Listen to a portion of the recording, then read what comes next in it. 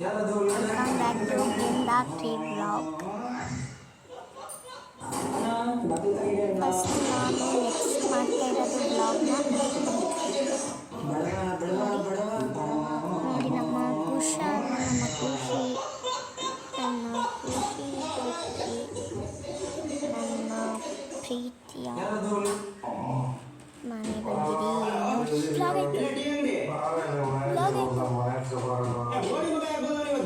Guys. ನಾವು